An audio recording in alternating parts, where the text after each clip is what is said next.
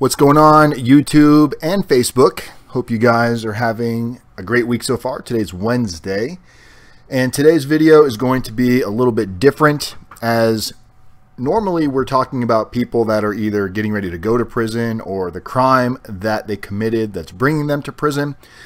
Today we're going to be focusing on the families of those that are being left behind, and we have the amazing opportunity to speak with a father of his son, a 27-year-old kid who is in prison, and the father is going to be joining us today to tell us a little bit about what it's been like for him, the living hell that he's gone through, watching his son continue to make mistake after mistake, to the point where he's hoping his son uses this time in federal prison to turn his life around. His son also has a state prison bid waiting for him upon his release.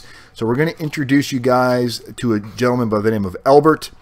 This video was pre-recorded, so we're actually going to play that video here in about 3 seconds, giving everybody a chance to join us. If you haven't already done so, please take this time to go ahead and subscribe to our channel.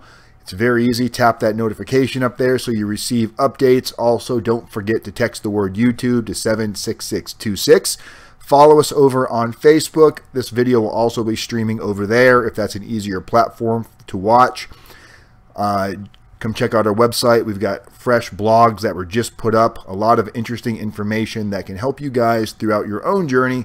So without further ado, let's go ahead and jump into today's video. The chat will be live. We'll be here watching. I believe Albert will also be on the chat. So if you guys have any questions, he will be able to go in and answer a lot of your questions. So if you're a parent of somebody either in prison or getting ready to go to prison, this video is for you. Make sure you reach out to us, find out how we can help you. All kinds of programs to help those that are getting ready for a federal prison sentence. All right, so here we go. Enjoy, guys.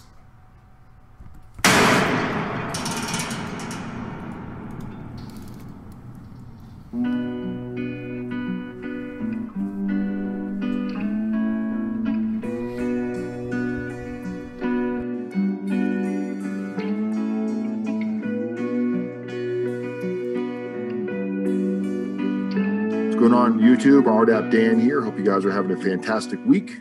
So often we speak to people that are getting ready to go into prison, people that are out of prison, but having this opportunity, I think a lot of you can relate to.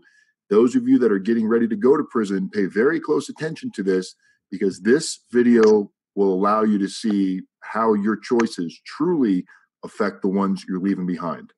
Albert's son is in prison right now serving a 42-month federal prison sentence, and once he's finished with his federal prison sentence, he has a 24-month state prison sentence waiting for him. We're going to talk a little bit about how we got into this. So, Albert, if you could, I know your son committed the crime on the state issue first, even though he's currently serving the federal prison system. Tell us a little bit about how your son got into trouble. What were his crimes, and tell us kind of how it started. He started out, he was selling drugs in the neighborhood, and he got caught. They had him under surveillance. They videotaped him making 2 deals. And he was arrested for felony distribution of cocaine, possession and distribution, New York City. And how old was he when this happened? He was 23. So 23 years old. Yeah. Arrested for 2 sales of cocaine to, was it an undercover? No. Just an informant? Yep. That's what happens. That's what these guys don't understand. There's so many people getting in trouble. They'll do anything to avoid prison.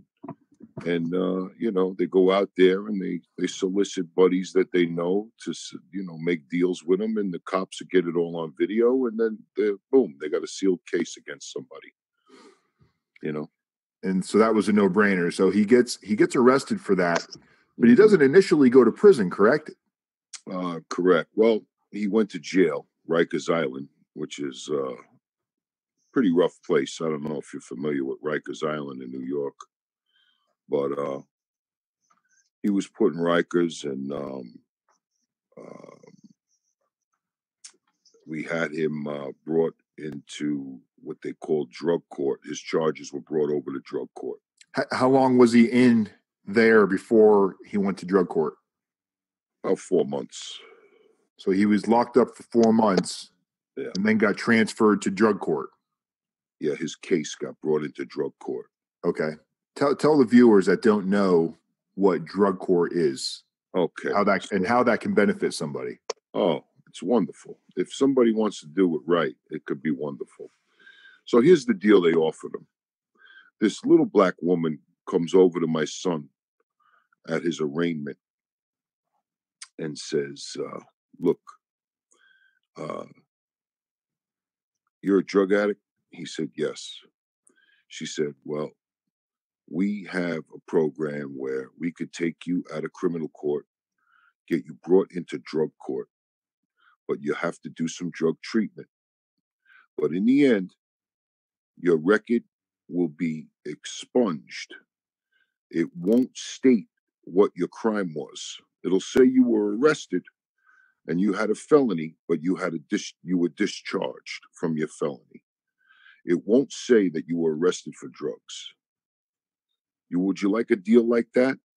And my son was all over it, and he was like, "Yes, please," because he did have a drug problem. So that's what I was going to ask you. So did your son have a legitimate drug problem? Absolutely. My son was smoking pot, drinking, getting high any way he could, every day. That my son gets transferred into drug court, and they put him in a program. He's a con artist, my son. Real snake oil salesman when it comes to what he wants. So he conned all these people into thinking, he's the son of an altar boy. You know what I mean? So they start using him for little errands. They're using him to run paperwork uptown, run paperwork downtown. He's in Manhattan now, by the way. Now, was he living at this place, or did he live with you, go there during the week? This was inpatient. Yeah. But it's not jail. It's not jail. So he was wearing regular clothes, eating regular food. You said to live there. Yeah. Okay. Keep going.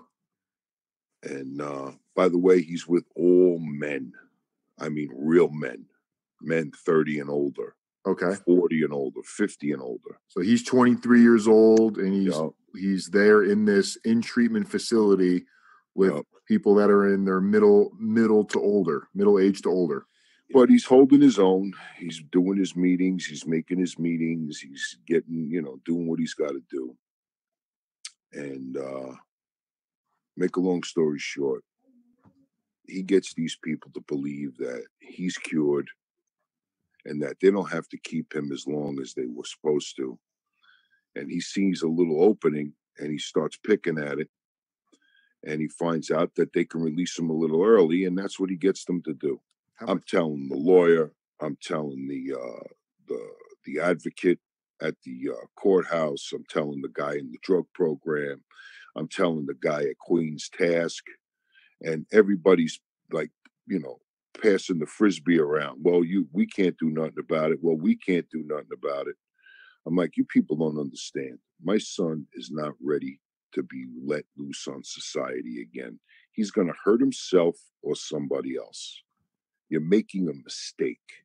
And it took a lot for me to do this because he's my son, and you would think you want him to be free. Now, does your son know that you're advocating for him to stay? Oh, yeah, he knows. He wants to kill me. He wants to kill me. Yeah, he was furious with me. But he knows that I know him, and he knows that it was the truth. And you know what? He's my son. I love him. But I have a responsibility as a father. He's just looking to get out any way he can. Make a long story short, they let him out. So let's talk about that. Once they let him out, though, was that just it? Ties were cut, or was there still? Oh, no. Oh, no, sir. There's a whole, it's harder to be out than it is to be in. So what was he required to do? He needed to check in twice a week, drug tests on both times. He needed to do outpatient drug treatment 2 to 3 times a week. One of those days needed to be at a voluntary AA meeting. And how long did he actually do the steps that were required? Well, he didn't do shit. He didn't do nothing. He bullshitted me from the day he got out. And here I am, Big Daddy, Big Daddy Warbucks. I give him a 2009 Camry that I had bought brand new. Where was he living during this point? Well, I had been living with a woman. I was living with a girl. And I told her, look, I'm sorry. They're dropping this in my lap, and he's my son. I can't just throw him in the deep end. I gotta help him. He's my son. I have a responsibility to my son. I gotta do something for him. So I told her, please, if you love me, you'll hang tight and just let me do this with him. I need to turn this kid around. And I moved out. So what'd you do? I moved out. I got an apartment. I bought furniture. I bought beds. I bought pots. I bought pans. I bought a microwave. I bought toaster oven. I bought him a wardrobe. I spent a fortune setting the whole place up in a matter of 2.5 weeks. And I had him in my clutches for about a week. And after that, he started getting flighty on me, started not calling me back. I'm calling him. He's not calling me back. Now I'm furious. All I'm doing for you, you don't have the courtesy to call me back? Come on, man. Now I'm getting suspicious that he's, jerking me around, And it turns out he met some girl in one of the drug programs, older woman. This was the girl that he met while he was in the inpatient, or once he got released? Yeah, he met her at inpatient. Okay. Evidently they go to a co-ed meeting. Yes. Okay. Yes, they go to co-ed meetings, different houses. Right. Meet in different locations, and he met this woman. She's about 36 years old, 37. So she's 36. He's what, 24 at this time? 24 years old. Okay. So, 24-year-old kid with a 36-year-old woman. I mean, yeah. It don't take a rocket scientist to figure that out. That's chemistry, right? So now that's all he's interested in. So now he's not returning your calls. He's not holding any of his obligations. Not returning my calls. He's not going to court. He's not going to drug testing. He's not going to his meetings. He's driving around in my car with my insurance, getting gas at gas stations and driving away. There ain't a straight side on the car anymore. It's all banged up. Calls me at 10:30, 11:30, 1:30 in the morning, begging me to send him money through Western Union. And me, like an asshole, I'm sending it to him because he's telling me he needs it. He'll be home tomorrow. I'll be home tomorrow. I need it, Dad. I need it. I think right here is an important spot for people to really focus on what you just said. Mm-hmm. You knew he was manipulating you. Mm-hmm. Knew he didn't really have any intentions, but yet you continued to Mm-hmm. allow this shenanigan to continue.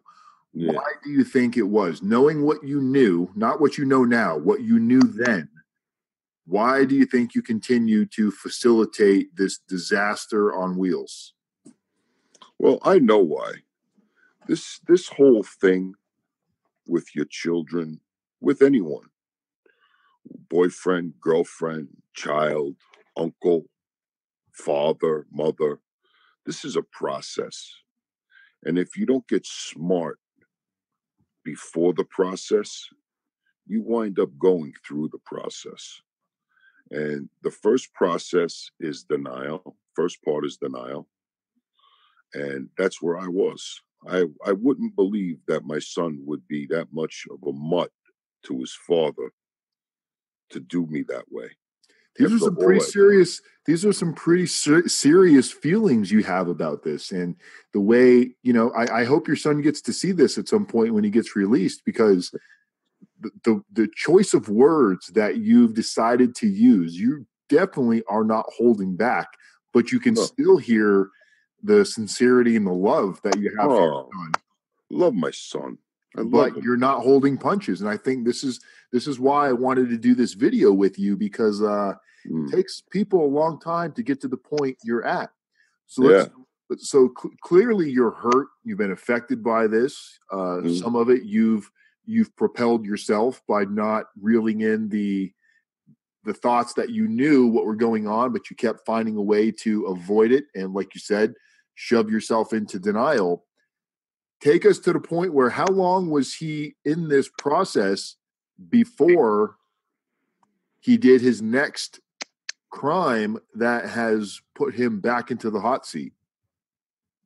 Okay.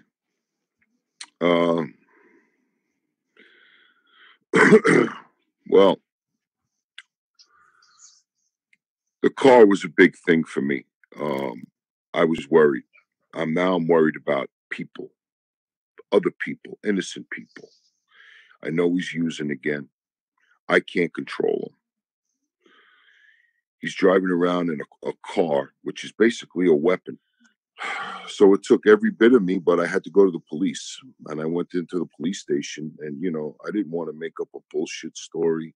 I find in life, when you get older, you just, look, I'm beyond the bullshit. I really am. And to walk in there and fabricate some elaborate story to not make my son look ridiculous or make myself look ridiculous, I could have been hurting him or me. So I just went in there and I asked to speak to somebody with some authority. And I said, look, here's my situation. And I told them, I gave my kid the car.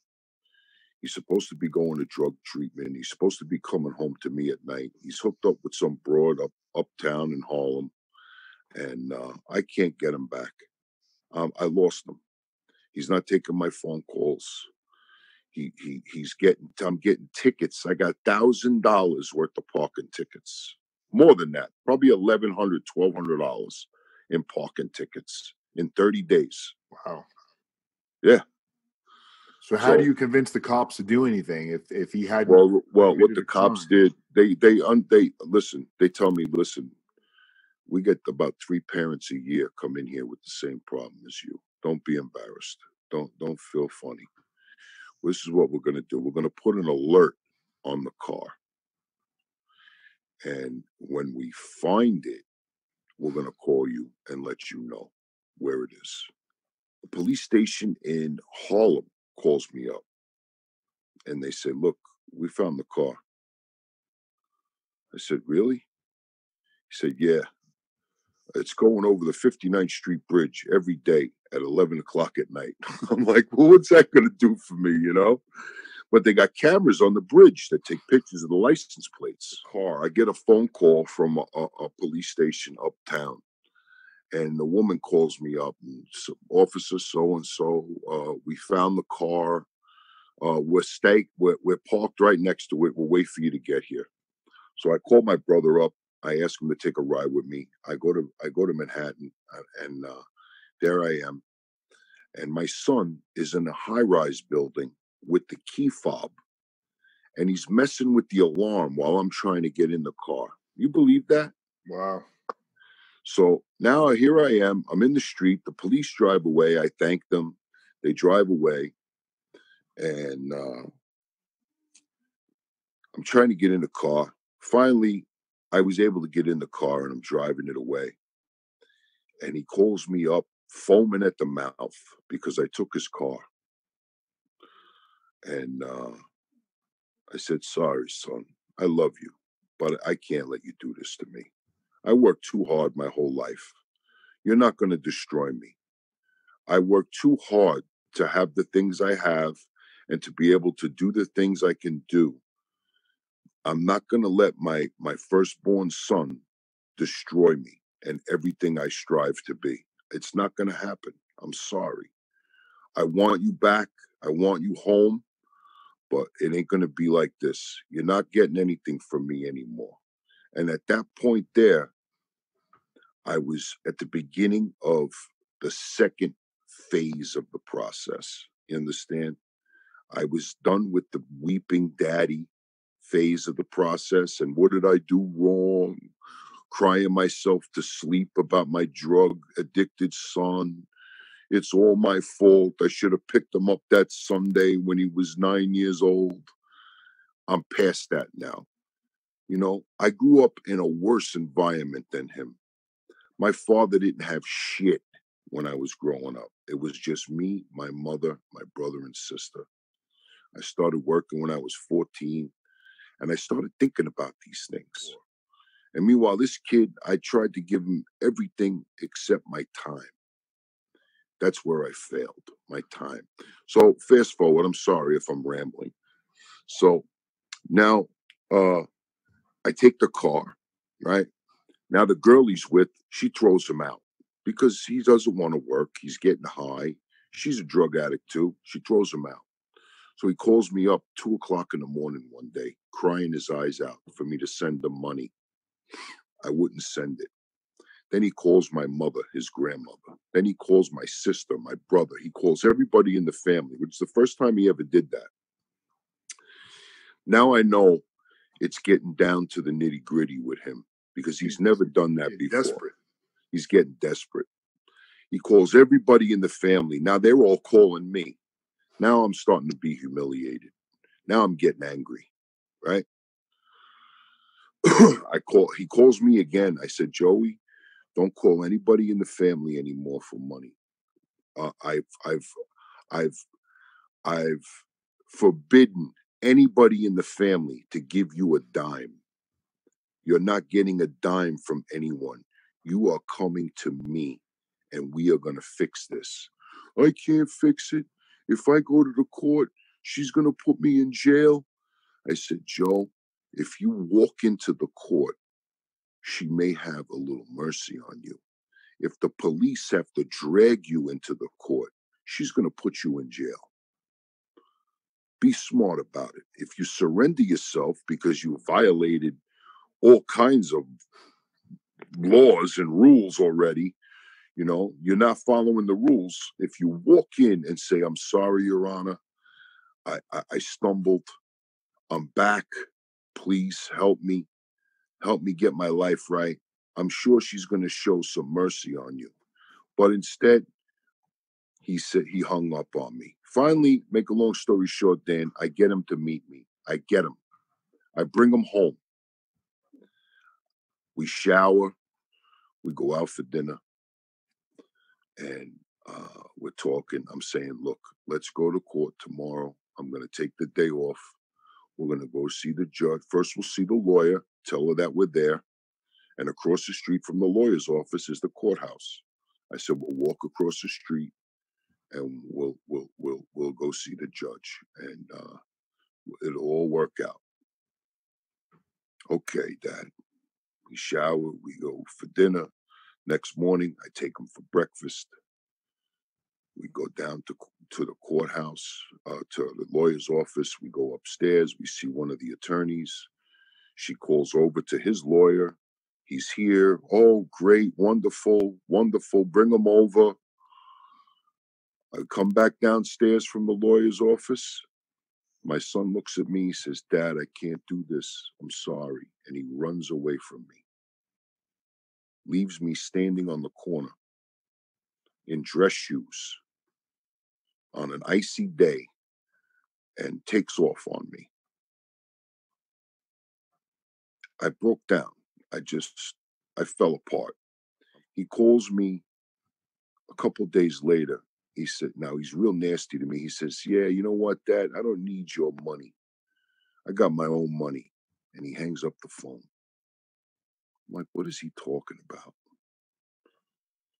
So then the detectives start calling me. Hey, Mr. Ramaka, how you doing? Oh, I'm okay, man. I heard you're looking for your son. Yeah, you know, trying to get him back into court. He says, all right, well, you know, my name is Detective so-and-so, and, You know, he's been given to me to help find you. You know, I got to find him. And have you know where he is? I'm like, listen, I don't know where he is. You know, I wish I did. Well, if you hear anything, let me know. He gives me his number. Calls me about 3, 4 times a week, this guy, for about 2, 3 weeks. I don't think anything of it. That guy that was calling me was an FBI agent. My son had robbed his first bank the day he ran from me on the corner from the lawyer's office. That was the first bank he robbed. He robbed that bank in Queens. About a week or so later, he robbed another bank in Manhattan.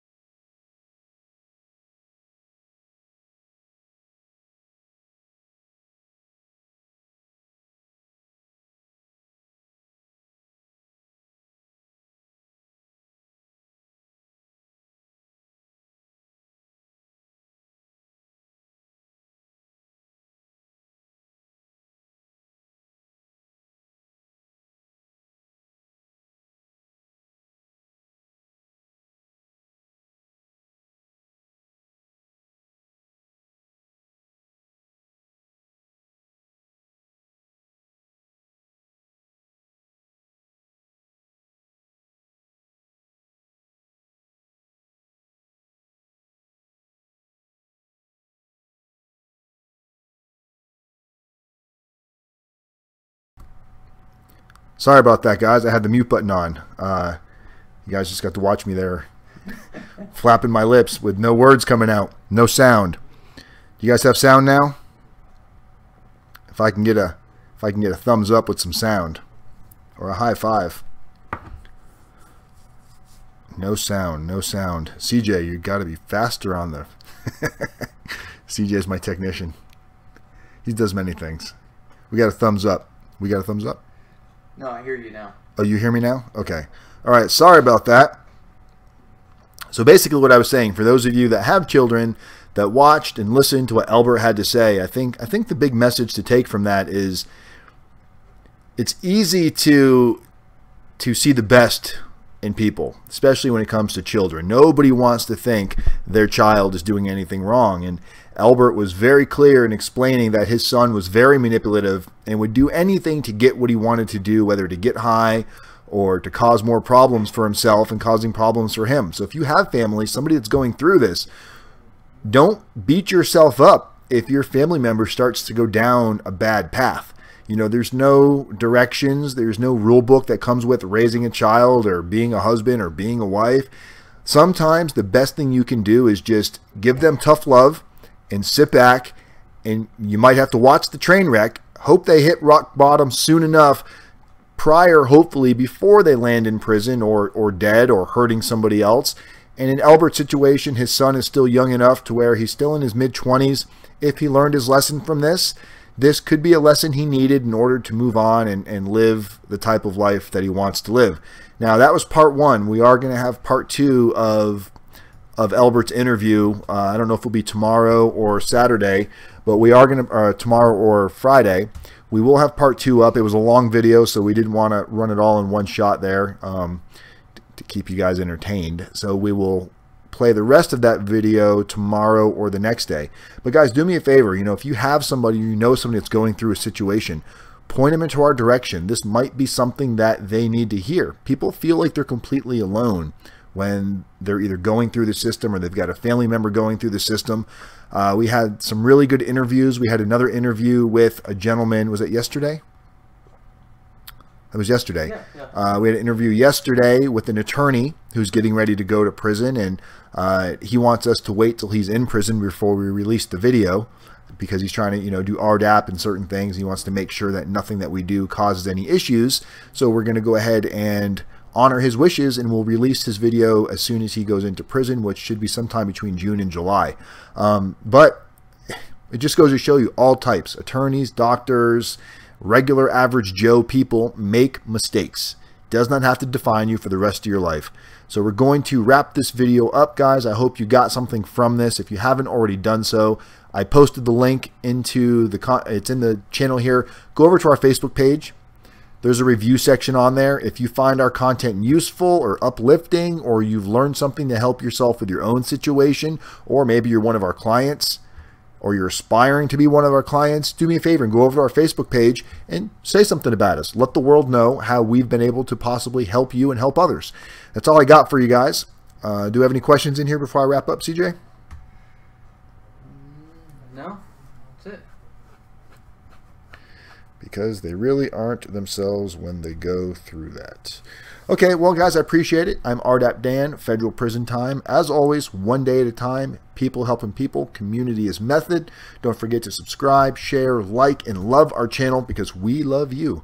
All right, guys, have a fantastic week. I will see you on Saturday. And I'm out of here. Take care.